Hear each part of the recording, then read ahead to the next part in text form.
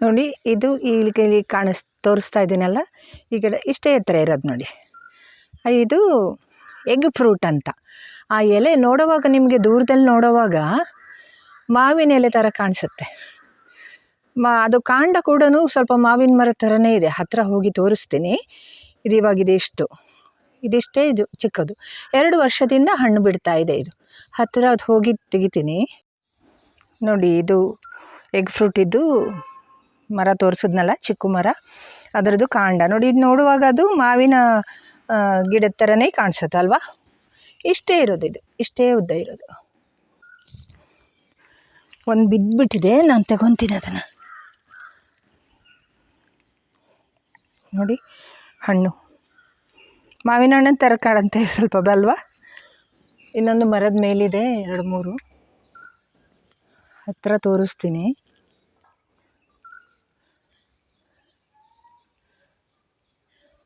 ನೋಡಿ ಹಣ್ಣು ಪೂರ ಹಣ್ಣಾಗಿಲ್ಲ ಅದು. ಇನ್ನೊಂದು ಇದೆ ಆ ಕಡೆ ಇದೆ, ಮೇಲಿದೆ, ಇಲ್ಲಿದೆ ನೋಡಿ. ಇನ್ನೊಂದು ಕೆಲವು ಕಾಯಿ ಇದೆ, ಮೇಲ್ಗಡೆ ಇದೆ, ಅದು ಕಾಣಿಸಲ್ಲ. ಇದು ಎಲೆ ನೋಡಿ, ಎಲೆ ನೋಡಿದಾಗ ನಿಮಗೆ ಬೇಗ ದೂರದಲ್ಲಿ ನೋಡಿದಾಗ ಮಾವಿನ ಎಲೆ ಥರ ಕಾಣಿಸುತ್ತೆ.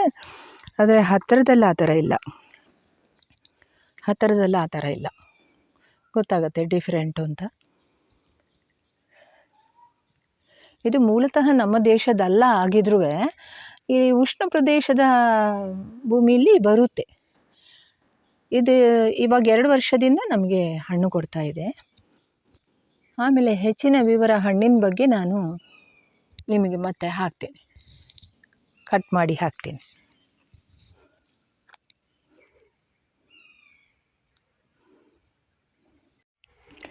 ಇದೊಂದು ಹಣ್ಣು ಸಿಕ್ಕಿದ್ದು, ಅದರಲ್ಲಿ 2 ಬೀಜ ಇದೆ ನೋಡಿ. ಕಟ್ ಮಾಡಿದೆ ನಾನು.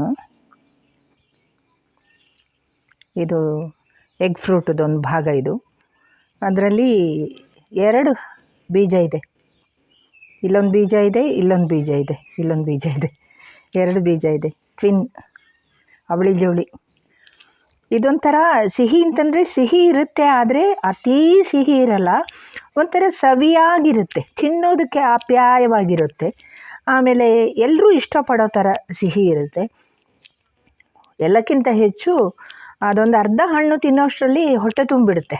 ನೋಡುವಾಗ ಇಷ್ಟು ಸಣ್ಣದು ಕಾಣುತ್ತಲ್ಲ, ಬಟ್ ಹೊಟ್ಟೆ ತುಂಬುತ್ತೆ. ಅದು ಫಿಲ್ಲಿಂಗ್ ಒಂಥರ.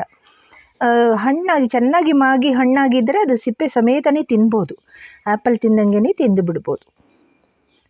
ತುಂಬ ಚೆನ್ನಾಗಿದೆ.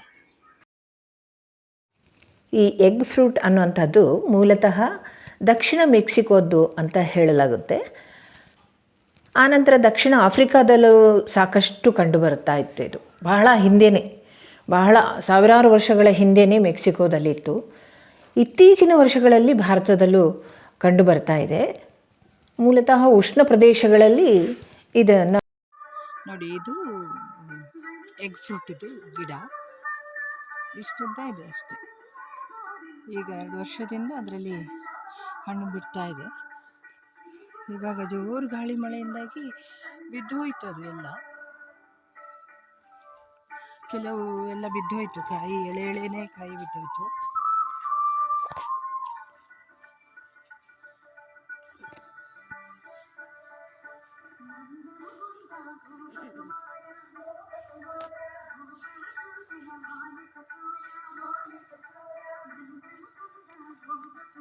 ಇದರಲ್ಲಿ ಒಂದೊಂದು ಕಾಯಿ ಇದೆ, ಅದು ತೋರಿಸ್ತೀನಿ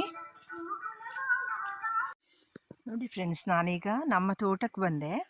ಇಲ್ಲಿ ಒಂದು ಮೊನ್ನೆ ಜೋರು ಗಾಳಿ ಮಳೆಗೆ ಒಂದು ತೇಗದ ಮರ ಬಿದ್ದು, ಸಣ್ಣ ಮರ ಬಿದ್ದು ನಮ್ಮ ಸುಮಾರು ಫ್ರೂಟ್ಸಿದ್ದು ಪ್ಲ್ಯಾಂಟ್ಸ್ ಎಲ್ಲ ತುಂಡಾಗಿ ಬಿತ್ತು. ಅದರಲ್ಲಿ ಇದು ಒಂದು. ಆದರೆ ಮರ ಇದೊಂದು ಗಿಡ ಉಳಿದಿದೆ. ಇದು ಎಗ್ ಫ್ರೂಟ್ ಅಂತ ಹೇಳ್ತಾರೆ ನೋಡಿ. ಇದರಲ್ಲಿ ಕಾಯಿ ಇದೆ, ನೀವು ನೋಡ್ಬೋದು. ಚಿಕ್ಕ ಮರ, ಕಾಯಿ ಇದೆ. ಒಂದು ನಿಮಿಷ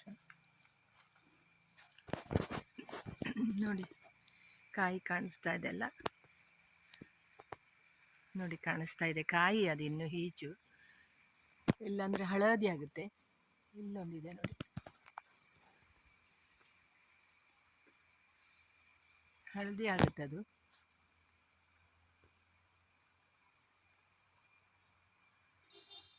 ಇದೆಲ್ಲ ಎಳೆದು ತುಂಬ ಬಿದ್ದೋಯ್ತು. ನಾನು ಅದನ್ನೆಲ್ಲ ತಗೊಂಡು ಬಂದು ಇಟ್ಕೊಂಡೆ ನಾನು, ಹಣ್ಣಾದರೆ ಆಗಲಿ ಅಂತ. ಆಗಿದೆ, ಹಣ್ಣಾಗ್ತಾ ಇದೆ. ಅದು ನಿಜವಾಗಿ ಗಿಡದಲ್ಲೇ ಮಾಗಿದರೆ ಎಷ್ಟು ಚೆನ್ನಾಗಿರಬೇಕೋ ಅಷ್ಟು ಚೆನ್ನಾಗಿಲ್ಲ, ಆದರೆ ಪರವಾಗಿಲ್ಲ, ಚೆನ್ನಾಗಿದೆ. ನೋಡಿ ಇಲ್ಲೊಂದು ಕಾಯಿ ಇದೆ, ಆಯಿತಾ. ಇದು ಎಗ್ ಫ್ರೂಟ್ ಅಂತ, ಮೇಲ್ಗಡೆನೂ ಇದೆ ಕಾಯಿಗಳು, ತುಂಬ ಕಾಯಿಗಳಿದೆ. ಕಾಣಿಸಲ್ಲ, ತುಂಬ ಮೋಡ ಇದೆ, ಕಾಣಿಸ್ತಾ ಇಲ್ಲ.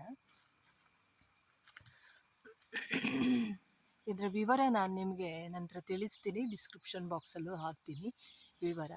ಇದು ನಮ್ಮ ದೇಶದ್ದಲ್ಲ, ಆದರೆ ಇಲ್ಲಿ ಈ ಉಷ್ಣಾಂಶ ಇರುವಂತಹ ಇಂಥ ಪ್ರದೇಶಗಳಲ್ಲಿ ಬೆಳೆಯುತ್ತೆ. ತುಂಬ ಚೆನ್ನಾಗಿರುತ್ತೆ ಹಣ್ಣು. ನಾನು ಹಣ್ಣು ಒಂದು ಕಟ್ ಮಾಡಿ ನಿಮಗೆ ತೋರಿಸ್ತೀನಿ. ಇದು ಕಾಂಡ ನೋಡಿ, ಮಾವಿನ ಗಿಡದ ಥರನೇ ಒಂಥರ ಕಾಂಡ. ಸಣ್ಣ ಮರ ಇದು, ಸಣ್ಣ ಮರ. ಹಾಗೆ ನೋಡಿ, ಇಷ್ಟು ಎತ್ತರ ಇದೆ, ಅಷ್ಟೇ, ಅಷ್ಟು ಎತ್ತರ ಇದೆ. ನಾನು ವಿವರಣೆಗಳೆಲ್ಲ ಡಿಸ್ಕ್ರಿಪ್ಷನ್ ಬಾಕ್ಸಲ್ಲಿ ಹಾಕ್ತೀನಿ. ನಾ ಹೇಳಿದ್ನಲ್ಲ, ಜೋರು ಗಾಳಿ ಮಳೆಗೆ ಬಿದ್ದಿತ್ತು ಎಗ್ ಫ್ರೂಟ್ ಅಂತ, ಅದು ಇಟ್ಟೆ ನಾನು, ಹಣ್ಣಾದರೆ ಆಗಲಿ ಅಂತ ಬಿಟ್ಟೆ. ಇವಾಗ ಕಲರ್ ಬರ್ತಾ ಇದೆ.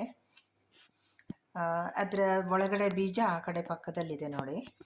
ಆ್ಯಕ್ಚುಲಿ ಇದು ಇವಾಗ ಒಂದು ಸ್ವಲ್ಪ ಹಣ್ಣಾಗಿದೆ ನೋಡಿ, ಗೋಲ್ಡನ್ ಎಲ್ಲೋ ಬಂದಿದೆ ಅಲ್ವಾ.